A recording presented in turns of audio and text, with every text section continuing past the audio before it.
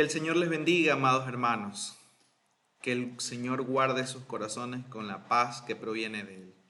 El día de hoy vamos a estar estudiando las Escrituras en el Evangelio de Juan, capítulo 21, versículos del 1 al 25. Y me gustaría que podamos empezar este tiempo de estudio bíblico teniendo un tiempo de oración. Amado Señor, te damos gracias, Padre, por tu bondad, por tu amor, por tu misericordia, Señor. Hoy venimos delante de ti a poder escudriñar tus escrituras, Señor. Y pedimos que el poder de tu Santo Espíritu sea dándonos la sabiduría y el discernimiento, Señor, para poder obtener las enseñanzas que tengas para nosotros, Señor. Rogamos que sea tu palabra la fortaleza y el consuelo que necesitamos, Señor. Y que seamos encontrando las respuestas para nuestra vida, Señor. Y un llamado, Señor, para que podamos tener una intimidad más profunda contigo, Señor. En el nombre de Jesús te damos gracias, Señor, por este tiempo y rogamos por todos nuestros hermanos, Señor, en todo el mundo, que se encuentren en necesidad y en calamidad, Señor. Que tú te puedas revelar ante ellos de manera poderosa, Señor. Te lo rogamos, Padre, en el nombre de Jesús. Amén y amén. Me gustaría que podamos ir a las Escrituras y podamos leer el capítulo 21 del versículo 1 al versículo 14, que es la primera sección de este capítulo que vamos a estar estudiando el día de hoy. La palabra del Señor dice así: Después de esto, Jesús se manifestó otra vez a sus discípulos junto al mar de Tiberias, y se manifestó de esta manera. Estaban juntos Simón Pedro, Tomás, llamado el Dídimo, Natanael, el de Caná de Galilea, los hijos de Zebedeo y otros dos de sus discípulos. Simón Pedro les dijo: voy a pescar. Ellos le dijeron: vamos nosotros también contigo. Fueron y entraron en una barca, y aquella noche no pescaron nada. Cuando ya iba amaneciendo, se presentó Jesús en la playa, mas los discípulos no sabían que era Jesús. Y les dijo: hijitos, ¿tenéis algo de comer? Le respondieron: no. Él les dijo: echad la red a la derecha de la barca y hallaréis. Entonces la echaron y ya no la podían sacar, por la gran cantidad de peces. Entonces aquel discípulo a quien Jesús amaba dijo a Pedro: es el Señor. Simón Pedro, cuando oyó que era el Señor, se ciñó la ropa, porque se había despojado de ella, y se echó al mar. Versículo 8.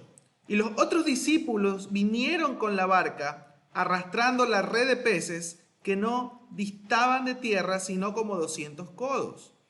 Al descender a tierra, vieron brasas puestas y un pez encima de ellas, y pan. Jesús les dijo: traed los peces que acabáis de pescar. Subió Simón Pedro y sacó la red a tierra, llena de grandes peces, 153, y aun siendo tantos, la red no se rompió. Les dijo Jesús: venid, comed. Y ninguno de los discípulos se atrevía a preguntarle: ¿tú quién eres?, sabiendo que era el Señor. Vino pues Jesús y tomó el pan y les dio, y asimismo del pescado. Esta era ya la tercera vez que Jesús se manifestaba a sus discípulos después de haber resucitado de los muertos. Ok, vamos ahora a ver qué enseñanzas podemos extraer de estos versículos. Primero, en el versículo 1 al versículo 14, se nos narra que él tuvo por tercera vez un encuentro con sus discípulos. En el capítulo 20 de Juan, leemos cómo él ya por dos ocasiones anteriores había tenido un encuentro con ellos. Y en Mateo 28:10 se nos dice el motivo por el cual ellos estaban en Galilea. Habían mujeres que habían visto al Cristo resucitado y se les había dicho que anunciaran a los discípulos que avanzaran a Galilea, porque allí verían al Maestro. Entonces entendemos que no era casualidad que ellos se encontraran en este mar de Tiberias, o también llamado de Galilea, para tener un encuentro con Jesús. Lo segundo también que nosotros podemos aprender acá es que en el versículo 3, mientras ellos esperaban tener un encuentro con Jesús, volvieron a su trabajo habitual, pero no tuvieron éxito.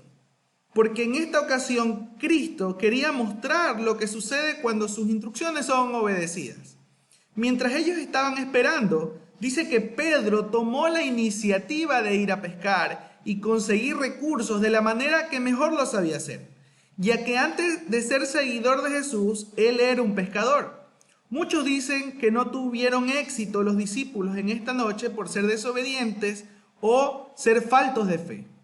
Pero vemos que Jesús, cuando les habla, no los condena ni les reprocha nada.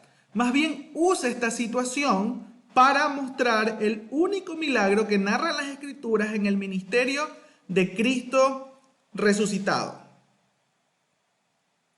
Ahora, en tercer lugar, del versículo 4 al versículo 6, vemos en estos versículos cómo Jesús aparece en la orilla del mar y les dice hijitos, que en el original griego y en esta ocasión no significa una expresión de ternura o de paternidad o de cariño, como nosotros lo entendemos en nuestro lenguaje, sino que este término significa señores. Por lo tanto, Jesús no fue reconocido por los discípulos y ellos no sabían quién era que les estaba llamando desde la orilla y les decía señores. Y les hace la pregunta y les dice, ¿han pescado algo? Tal vez ellos imaginaron que era un hombre curioso o un hombre que tal vez estaba pasando escasez y tenía hambre, porque Jesús les estaba preguntando si tenían algo de comer, si habían pescado algo. A lo que los discípulos dan una respuesta contundente y sencilla, dicen no. Su respuesta fue tal vez un poco negativa y un poco llena de frustración o tristeza al no haber pescado nada en toda la noche. Jesús, ante esto, responde con instrucciones específicas. Y es curioso resaltar que con las mismas instrucciones, él ya había tratado con los discípulos. En el capítulo 5 del Evangelio de Lucas, del versículo 1 al versículo 11, ocurrió un milagro similar. Ellos habían sido llamados por Jesús en medio de un milagro muy parecido, en los cuales no habían pescado durante toda la noche y el Señor les da las mismas instrucciones de que echaran la red y entonces ocurrió que en ese momento pudieron pescar. Pero esta vez el Señor quería usar una vez más un momento oscuro y de derrota en la vida de sus discípulos para enseñarles que Él es el Señor y demanda obediencia absoluta de sus discípulos y de todos aquellos quienes hemos creído en Él. Nos enseña que si nos rendimos, Él dirige y da instrucciones claras a nuestra vida. Da una dirección segura y contundente porque su voluntad es perfecta. Incluso vemos como ahora, a diferencia de la primera vez que se capturaron grandes peces y que se narra en Lucas 5, dice que en esa ocasión las redes se rompieron, pero esta vez se nos dice que las redes no se rompieron. Contrario a lo que ya había pasado la primera vez, cuando fueron llamados los discípulos, y en esa ocasión se les dice que se harían pescadores de hombres, y estos discípulos deciden seguirle y dejarlo todo. Las redes esta vez estaban resistiendo la gran cantidad de peces. Jesús estaba demostrando su poder ante lo que incluso no tiene vida, y es que todo está bajo el poder de Dios. Tal vez recordemos cómo el Señor usa lo que tenemos como base para sus milagros. Por ejemplo, cuando los israelitas salieron al desierto con las sandalias que tenían y no se desgastaron, y ocurrió un milagro al no desgastarse las sandalias frente a tantos años que tuvieron en medio del éxodo que ellos pasaron. O tal vez recordamos las tinajas de agua en las cuales convirtió Jesús el agua en vino en su primer milagro. O tal vez recordamos la vara de Moisés con la que hizo grandes milagros. Esta vez usa la red de pescar de los propios discípulos, enseñándoles que Él puede usar lo que nosotros tenemos en nuestras manos y nos enseña a nosotros hoy que sea mucho o sea poco lo que tengamos, Él lo puede usar para mostrar su poder y glorificar su nombre. Muchas veces nosotros pensamos que el Señor necesita más de nosotros para poder hacer milagros con nosotros o a través de nosotros, pero no es así.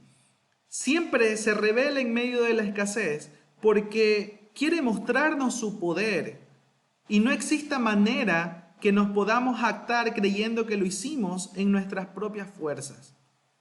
En esta ocasión quiere demostrar que el negarse a nosotros mismos no es solamente dejar a un lado nuestras propias metas o nuestros sueños, posesiones o anhelos. Es someternos a su voluntad y a sus instrucciones específicas. Es renunciar para entregar nuestra vida por completo al Señor y seguir al Maestro, seguir sus instrucciones. Al que tiene la voluntad perfecta. Y aunque a veces estas instrucciones parezcan extrañas o a veces estas instrucciones parecieran que va a salir todo perfecto, pues no. Vemos que en Lucas 5 las redes se rompieron a pesar de la gran cantidad de peces y tuvieron que llamar a otros para que los ayudaran. Sin embargo, en esta ocasión ocurre diferente. Aún las redes resistieron ante la gran cantidad de peces. Este es un milagro extraordinario que nos enseña mucho acerca del poder del Señor y cómo Él usa situaciones muchas veces adversas para tratar con nosotros y enseñarnos que dependemos exclusivamente de su dirección. Él siempre va a usar todas estas situaciones adversas para poder glorificar su nombre y mostrar su poder. Ahora, en el versículo 7 vemos que cuando sucede este milagro, Juan reconoce a Jesús y es el primero en exclamar, ¡es el Señor! Y Pedro, como siempre con esa personalidad y temperamento que lo caracterizaba, no pudo esperar a llegar a la orilla, sino que se lanzó al agua para ver al Maestro. Lleno de emoción quizás, pero una cosa sí es cierta. Él necesitaba este encuentro con Jesús, más que ninguno tal vez en esa barca, porque lo que vendría después marcaría un antes y un después en el ministerio de Pedro. Y muchos de nosotros levantamos a veces juicios en contra de la personalidad de Pedro, por ser tal vez muy obstinado o imprudente en sus palabras. Pero si hay algo que tenemos que reconocer es que la actitud de Pedro no es quedarse en la barca esperando llegar a la orilla, sino que lleno de emoción o tal vez lleno de mucha pasión se lanza tras el Maestro. Y yo creo que también podemos aprender de la actitud de él al querer tener un encuentro pronto con Jesús y poder estar con él. En los versículos del 8 al 14 dice la palabra del Señor que Jesús prepara un desayuno a sus discípulos y los espera en la orilla para luego invitarlos a comer y a compartir con ellos. Y yo creo que todos nosotros tal vez nos hemos fijado cuando le fallamos al Señor, nuestra actitud siempre es de poder hacer cosas para reparar nuestra relación con Él. Siempre queremos servir con mayor ímpetu, hacer cosas que reparen, ¿no?, la falta de relación con Él, o dar cosas a los demás, pero muy pocas veces recordamos que el Señor lo que primero demanda de nosotros es de que podamos ponernos a cuentas con Él, a solas con Él, tener un tiempo de intimidad con Él, como Él tuvo con sus discípulos en esta ocasión. Un tiempo de intimidad en la que podamos palpar y compartir de su amor y su misericordia, que podamos escuchar sus instrucciones, que podamos sobre todo recibir lo que Él tiene preparado para nosotros y nos dé a conocer su voluntad. Un tiempo en el cual podamos ser confrontados pero también restaurados. Ahora me gustaría que podamos leer la segunda parte de este capítulo, del versículo 15 al versículo 19. Cuando hubieran comido, Jesús dijo a Simón Pedro: Simón, hijo de Jonás, ¿me amas más que estos? Le respondió: sí, Señor, tú sabes que te amo. Él le dijo: apacienta mis corderos. Volvió a decirle la segunda vez: Simón, hijo de Jonás, ¿me amas? Pedro le respondió: sí, Señor, tú sabes que te amo. Le dijo: pastorea mis ovejas. Le dijo la tercera vez: Simón, hijo de Jonás, ¿me amas? Pero se entristeció de que le dijese la tercera vez: ¿me amas? Y le respondió: Señor, tú lo sabes todo, tú sabes que te amo. Jesús le dijo: apacienta mis ovejas. ¿Y qué enseñanzas podemos tener en medio de esta interacción que tiene Jesús con Pedro? El Señor le pregunta a Pedro si lo ama por 3 ocasiones. Las mismas ocasiones que Pedro le había negado antes de que Jesús vaya a la cruz. Y si analizamos en el original griego, notamos que la primera y la segunda ocasión que Jesús le pregunta si lo ama, el término que usa Jesús es ágape. Y Pedro responde que sí, pero con el término filios. Pero en la tercera ocasión, el Señor le pregunta si lo ama, ahora con el amor filios, a lo cual Pedro responde que sí, nuevamente con el amor filios, apelando a la omnisciencia de Dios, diciendo que si Él lo sabe todo, entonces sabrá que es amado. Ahora, en esta ocasión, yo no quiero decir que hay una clase de amor con la cual Pedro ama a Jesús y la cual Jesús demanda un amor diferente. No quiero llegar a esa conclusión, pero lo que quiero resaltar es que ya no nos encontramos con la misma respuesta impetuosa de Pedro de antes, la misma respuesta tal vez imprudente de Pedro a decir que él estaría dispuesto a dar su vida por Jesús a pesar de cualquier cosa, y luego viendo cómo quedó ciertamente en falsedad estas palabras. Ahora, cuando Jesús pregunta y le dice si lo ama con un amor ágape, Pedro lo que le dice es: sí, sí te amo. Y el término que se usa, filial, responde a un significado de tener una estima alta hacia Jesús, de tener un sentimiento de hermandad y de fraternidad profundo con Jesús. Entonces vemos que Pedro responde de una manera en la cual Jesús, en la tercera ocasión, le dice: bueno, entonces si realmente me estimas, si realmente tú me estimas, apacienta mis corderos. En la tercera ocasión, tanto como en la primera y en la segunda, no solamente Jesús le hace preguntas, sino que en estas ocasiones Jesús le da instrucciones a Pedro acerca de cómo debería ser su interacción con la iglesia, con los demás seguidores, y le pide que apaciente su cordero, sus ovejas. Y fíjese que justamente una noche, mientras estaba una fogata encendida, Pedro lo negó 3 veces. Y ahora en una fogata que el mismo Cristo resucitado había preparado y estaba haciendo un desayuno para ellos, él estaba tratando con Pedro para poder redimir su llamado y ministerio. Y así como Pedro lo negó 3 veces, el Señor ahora le hace 3 preguntas, pero esta vez Pedro responde con mucha humillación y arrepentimiento en su corazón. Y no con la misma imprudencia que la primera vez, como lo que analizábamos hace un momento. Y en esta escena, Jesús nos enseña que quería todo de Pedro, no solo sus palabras, quería su corazón mismo, quería su tiempo, quería sus recursos, lo quería entregado por completo, entregado y restaurado, lo mismo que quiere para cada uno de sus seguidores. No importando si antes lo hemos negado como Pedro o perseguidos como Pablo, Él quiere tener un encuentro restaurador con cada uno de nosotros y declararnos su amor, su misericordia y su voluntad para con nosotros.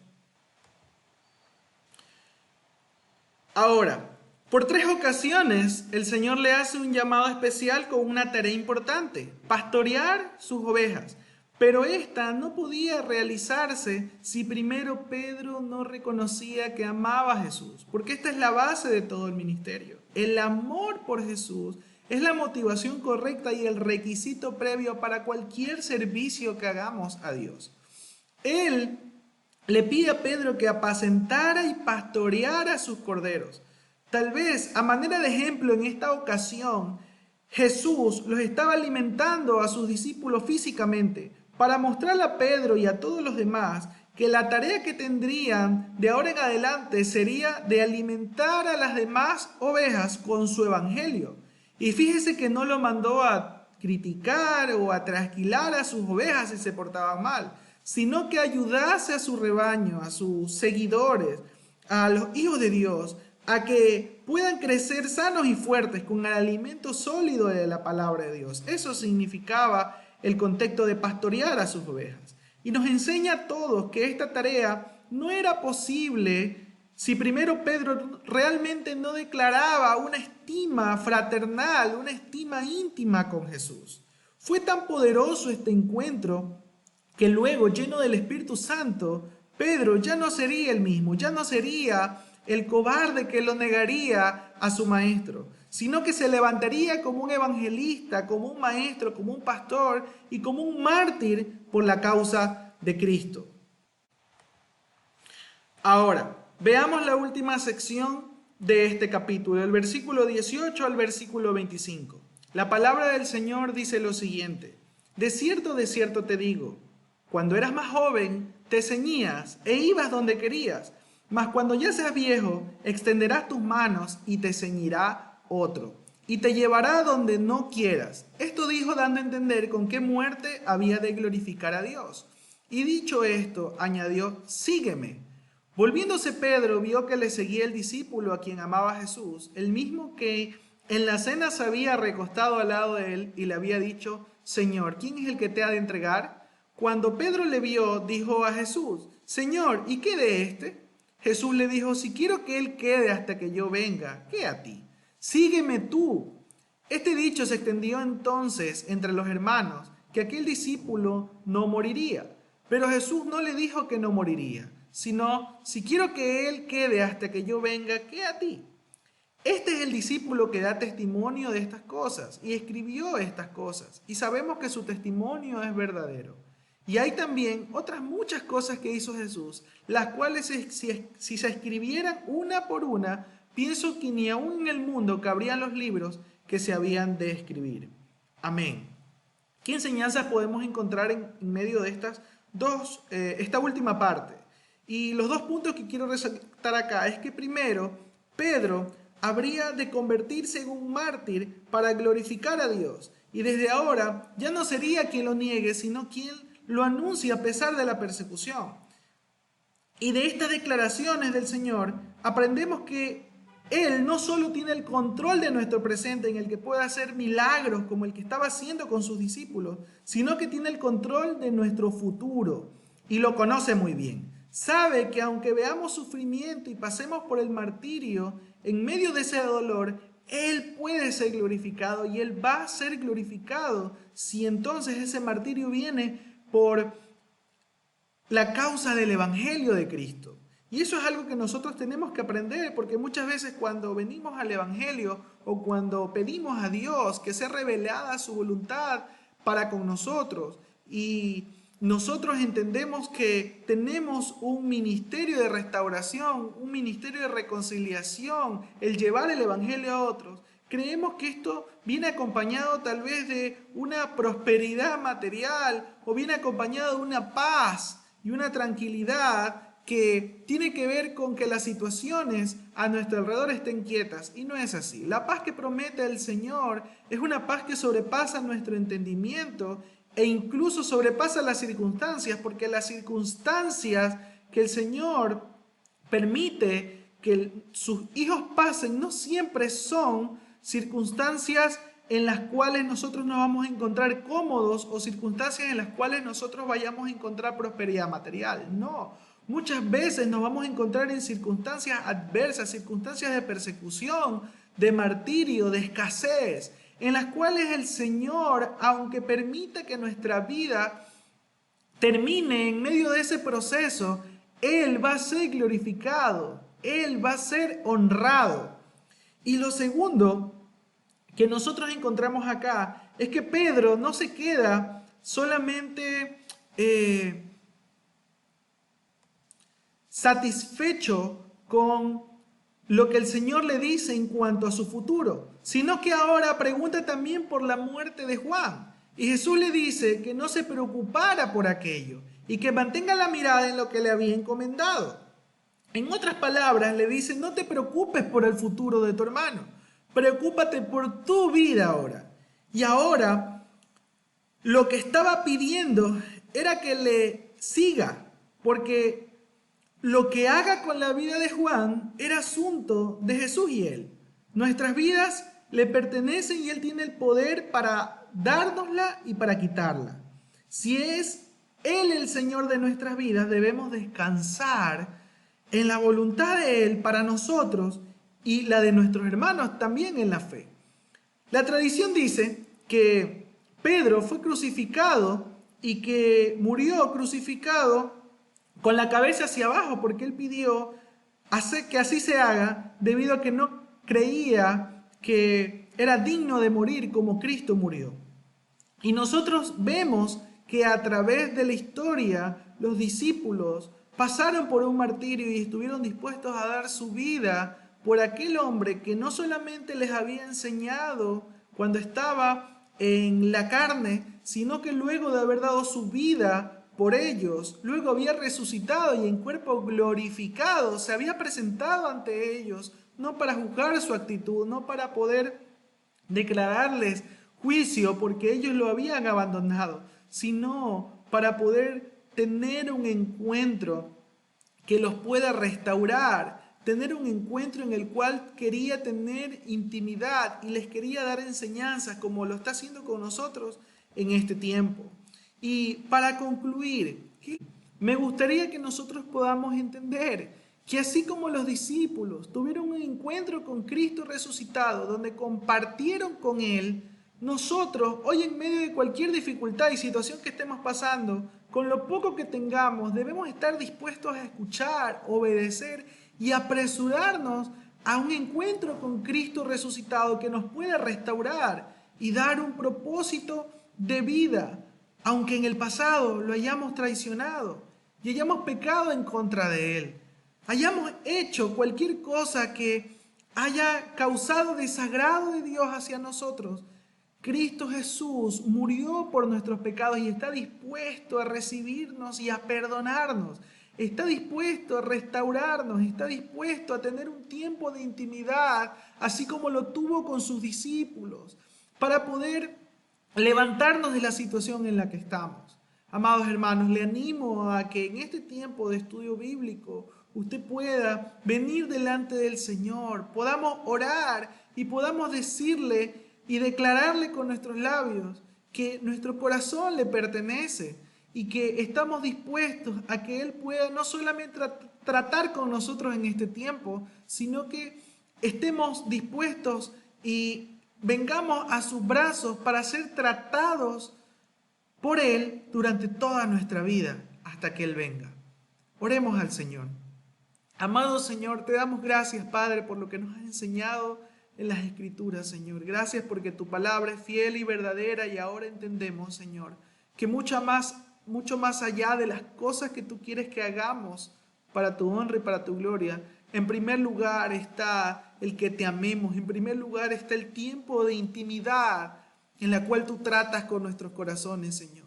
Y hoy queremos, Padre Santo, el poder ponernos a cuentas contigo, Señor, y pedirte perdón por las cosas que hemos hecho mal. Perdónanos, Señor, si te hemos traicionado, si nos hemos alejado de ti, de tu palabra. Perdónanos, Señor, si no hemos sido obedientes, Señor. Hoy queremos, Señor, instrucciones claras, así como le diste a tus discípulos, Señor. Denos instrucciones claras, Señor, de cómo poder llevar nuestra vida, cómo poder conducir nuestra vida de manera que te agrademos, Señor.